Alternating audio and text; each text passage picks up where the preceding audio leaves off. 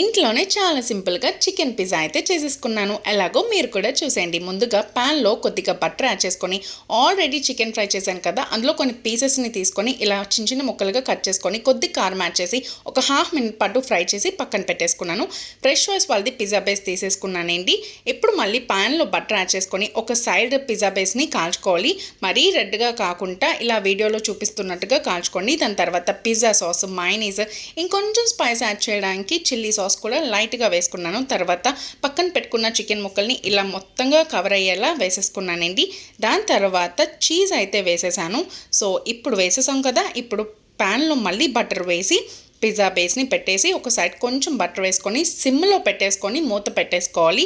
మరీ ఎక్కువ కాల్చేయకూడదు, మధ్యలో చూసుకుంటూ ఉండాలన్నమాట. ఇప్పుడైతే ఒక 5 మినిట్స్ తర్వాత pizza ready, chicken pizza ready. So మీకు కూడా నచ్చితే నా videos please do like, share and subscribe to our channel. ఇలా కట్ చేసేసుకోవడమే, తినేయడమే.